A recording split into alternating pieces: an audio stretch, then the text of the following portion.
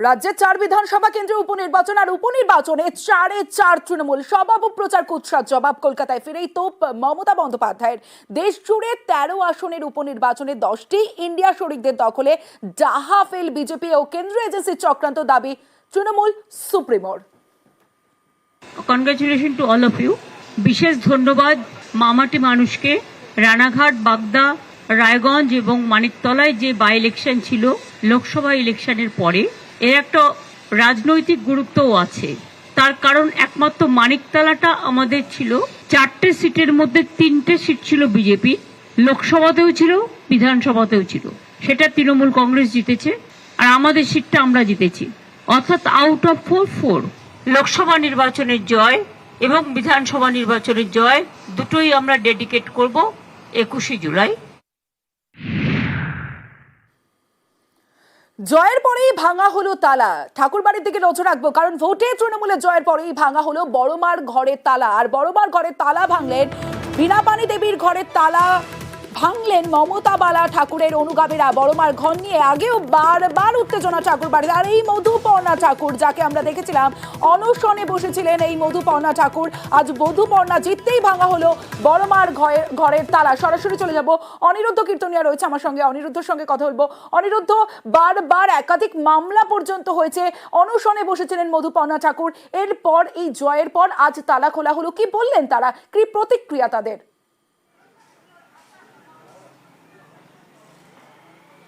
দেখো, তোমাকে জানিয়ে রাখি, ঠিক একদম গত 7ই এপ্রিল অর্থাৎ মতুয়া মেলার চলার সময় এই যে বড়মার ঘর, এই বড়মার ঘরের তালা ভেঙে তখন কিন্তু ঘরের মধ্যে প্রবেশ করেছিল শান্তনু ঠাকুরের অনুগামী মতুয়ারা। তেমনই দাবি করেছিলেন শান্তনু ঠাকুর নিজেই সেই দিন উপস্থিত ছিলেন এই তালা ভাঙার সময়।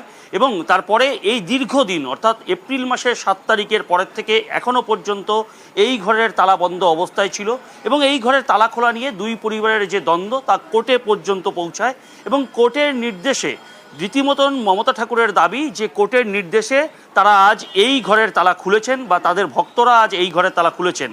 তাদের দাবি যে হাইকোর্টে যে কেস হয়েছিল সেটা লোয়ার কোর্টে সেটাকে ইনভেস্টিগেশনের দায়িত্ব দেওয়া হয়েছিল এবং তার পরবর্তীতে তারা একটা রায় পায়। গত 25 দিন আগে তারা সেই রায় পেয়েছিল। যেহেতু বাগদা বিধানসভা উপনির্বাচন ছিল, সেই উপনির্বাচনের জন্য তারা ব্যস্ত ছিলেন এবং আজকে এই ঘরের তালা ভেঙে প্রবেশ করেছে মমতা ঠাকুরের অনুগামী যে সমস্ত মতুয়ারা আছেন তারা। আমি দেখানোর চেষ্টা করব যে যখন তালা ভাঙা হয়েছিল সেই তালা ভাঙা অবস্থা যে চিত্র এখানে ছিল এবং তার পরবর্তীতে তালা বন্ধ অবস্থাতেই এই ঘর ছিল।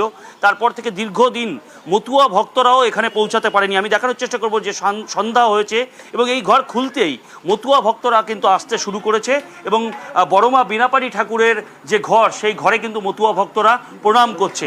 এখানে আমি ইতিমধ্যেই দেখতে পাচ্ছি যে মমতা ঠাকুরও রয়েছে। আমি মমতা ঠাকুরের সঙ্গে কথা বলবার চেষ্টা করব। তমশ্রী, তোমাকে জানানোর চেষ্টা করব যে দিদি কি বলবেন, মানে এই তালা খুলে আপনারা প্রবেশ করেছেন, কি বলবেন?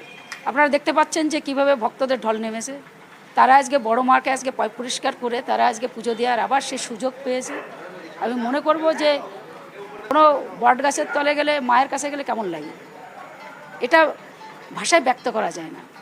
সেই জায়গাটা তৈরি হয়েছে। আমরা আবার ভক্তদের কাছে আমরা ফিরিয়ে দিতে পেরেছি বড় মাকে, বড় মার ঘরকে, যাতে ভক্তরা এসে আবার সেই প্রণাম করে তাদের সেই আরাধ্য দেবতা তাকে সেই প্রণাম করে। কারণ বড় মাকে অন্য নজরে সবাই দেখত, সেই জায়গাটা উনি আজকে তৈরি করেছে এবং বড় মার কাছে ভক্তরা আসে, আমরা মনে করছি তাদের কাছে আবার ফিরিয়ে দিতে পারে। এবং এই সততার জয়, নৈতিকতার জয়, মতো সমাজের জয়।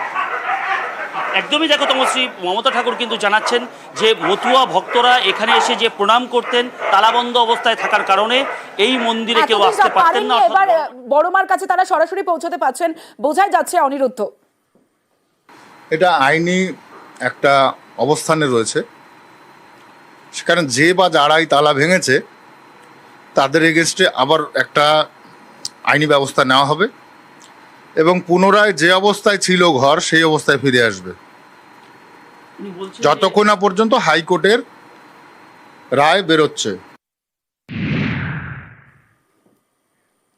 জেলা থেকে সরাসরিতে এবার আপনাদের দেখাবো গঙ্গায় কুমির আতঙ্ক। গঙ্গার এপারেও কুমির আতঙ্ক, ওপারেও। হুগলি এবং উত্তর 24 পরগনার গঙ্গায় কুমির আতঙ্ক। আর সেই কুমিরের আতঙ্কে মৎস্যজীবীরা যেমন গঙ্গায় নামতে ভয় পাচ্ছেন, তেমনি স্থানীয় মানুষজন তারাও ভয় পাচ্ছেন। গঙ্গায় কুমির আতঙ্ক। হুগলি, একদিকে হুগলির যারা বাসিন্দারা রয়েছেন তারাও যেমন আতঙ্কে রয়েছেন, তেমন উত্তর 24 পরগনা সেখানেও তাই। গতকালই কামারহাটির পিটুরি ঘাটে দেখা যায় কুমিরের ভয়ে আতঙ্কে মৎস্যজীবীরা। কোন্নগর, হিন্দ মোটর, রিসরা, গঙ্গার ঘাটে কুমিরের ভয়, অর্থাৎ একাধিক জায়গায় কুমিরের ভয়। আর কুমিরের ভয়ে রীতিমতো মৎস্যজীবীরা তারা নদীতে নামতে ভয় পাচ্ছেন। আমাদের সঙ্গে আমার দুই প্রতিনিধি একসঙ্গে রয়েছে। নদীর ওপার থেকে যদি বলি, অর্থাৎ কোন্নগর থেকে রয়েছে আমার প্রতিনিধি রানা, এবং এপার থেকে যদি বলি কামারহাটি থেকে রয়েছে সুবীর। আমি প্রথমেই রানার কাছে যাব। রানা, মৎস্যজীবীরা তারা নামতে ভয় পাচ্ছেন, স্থানীয় মানুষজন ভয় পাচ্ছেন, কুমির এলো কোথা থেকে এটাও তো একটা বিষয়। কি ব্যবস্থা নেওয়া হচ্ছে? হ্যাঁ তমস্বী, দেখো নতুন করে কিন্তু রিসরা, কোন্নগর, হিন্দমোটর, উত্তরপাড়া এই গঙ্গার ঘাটগুলোতে কিন্তু কুমির আতঙ্ক কিন্তু গ্রাস করেছে। দুদিন আগেও কিন্তু আমরা নিউজ 18 বাংলা দেখিয়েছিলাম, মানে রিসরা ঘাটে এরকম একটা কুমিরকে। কিন্তু আজকে যেটা মূলত যারা ফেরিঘাট তারা কিন্তু রীতিমতো ভিডিও করেছে, যেখানে দেখা যাচ্ছে গঙ্গাতে 2 এবং 3 একাধিক কিন্তু কুমির, যাদের সাইজ কিন্তু 10 থেকে 12 ফুটের বেশি হতে পারে। ফলে একটা এই কুমির আতঙ্কে কিন্তু একটা গঙ্গা পাড়ের যারা বাসিন্দা, যারা সাধারণত প্রতিদিন দুপুরে গঙ্গায় স্নান করতে নামে, তারা কার্যত কিন্তু তারা আর ভয়ে নামতে পারছেন না।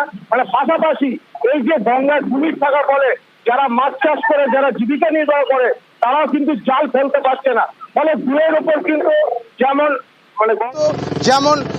গঙ্গায় স্নান করতে যেমন নামতে পারছে না, তেমন মৎস্যজীবীরাও আতঙ্কে রয়েছে। পাশাপাশি তোমার জানিয়ে রাখি, প্রশাসনের পক্ষ থেকে এখনো কিন্তু কোনো পদক্ষেপ নেওয়া হয়নি। কথা বলবো, আমার আরেক প্রতিনিধি সুবীর রয়েছে। কামারহাটির পিটুরি ঘাটেও গতকাল কুমির দেখা গেছে, তারপরে আতঙ্কে স্থানীয়রা রয়েছেন। প্রশাসনের তরফ থেকে কি কোনো ব্যবস্থা নেওয়া হচ্ছে সুবীর? দেখো, কামারহাটি পৌরসভার 1 নম্বর ওয়ার্ড পিটুরি ঘাটের কাছে যারা মৎস্যজীবী রয়েছেন তাদের চোখে প্রথমে এই কুমিরের বিষয়টি আসে এবং কুমিরকে তারা দেখতে পান। এবং তারা যখন গঙ্গার মাঝখানে যখন তারা মাছ ধরছিলেন সে সময় কিন্তু ক্যামেরাবন্দি করেন এই কুমিরের ছবি, এবং প্রায় 12 ফুট সাইজের কিন্তু এই কুমির। এবং এই ঘটনাকে কেন্দ্র করে কিন্তু যথেষ্টই আতঙ্ক তৈরি হয়েছে যারা মৎস্যজীবী থেকে যারা গঙ্গায় স্নান করতে আসেন তাদের মধ্যেও। এবং কামারহাটি পৌরসভা থেকে কামারহাটি পৌরসভার উপপ্রধান তুষার চ্যাটার্জি কিন্তু তার লোকজন নিয়ে প্রচার চালাচ্ছেন বিভিন্ন গঙ্গার ঘাটে কামারহাটি অঞ্চলের, যাতে সাবধান, সচেতনতা বার্তা দিচ্ছে যে এই ঘটনায় কিন্তু যারা বন দপ্তর রয়েছে, ব্যারাকপুর বন দপ্তরের, সেখানে কিন্তু আলোচনা করেছে কামারহাটি পৌরসভার তরফ থেকে, এবং এখনো পর্যন্ত কিন্তু কোনো ব্যবস্থা বন দপ্তর নেওয়া হয়নি। কিন্তু এই ঘটনায় কিন্তু যথেষ্ট আতঙ্ক তৈরি হয়েছে কামারহাটি পিটুরি ঘাট সংলগ্ন গঙ্গাঘাট থেকে অন্যান্য গঙ্গাঘাটে যারা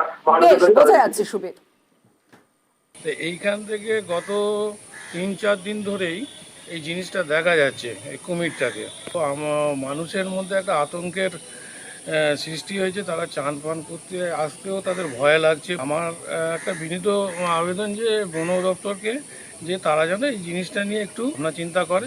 একটু ভয় লাগে, একটু আতঙ্ক হয় এই ব্যাপারগুলো।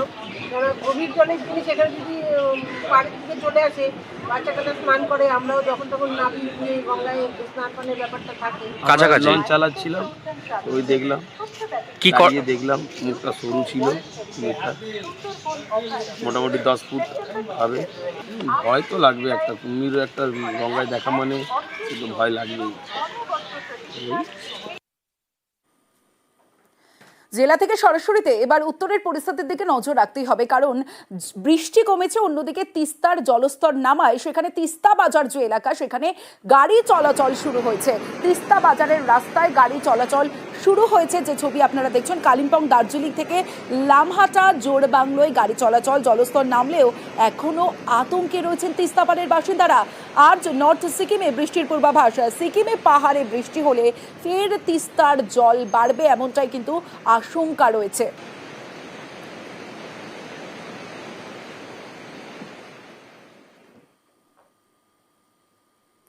জলপাইগুড়ির একটা ছবি আপনাদের দেখাবো। জল কমেছে, কিন্তু জল কমলেও দুর্ভোগ রয়েছে মানুষজনের, কারণ এইভাবে কাদা পেরিয়ে যাতায়াত করতে হচ্ছে। যারা ত্রাণ শিবিরে ছিলেন তারাও ফিরছেন বাড়িতে, কিন্তু বাড়িতে ফিরলেও এই কাদা রাস্তা পেরিয়ে যাতায়াত করতে হচ্ছে। গ্রামে ফিরছেন বাসিন্দারা, ত্রাণ শিবির থেকে ঘরে ফিরছেন দুর্গতরা।